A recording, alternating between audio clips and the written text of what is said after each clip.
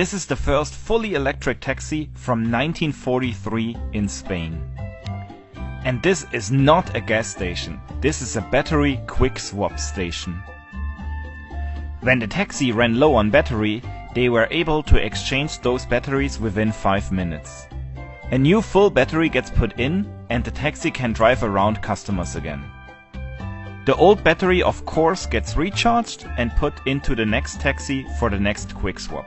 And all this was happening already in 1943.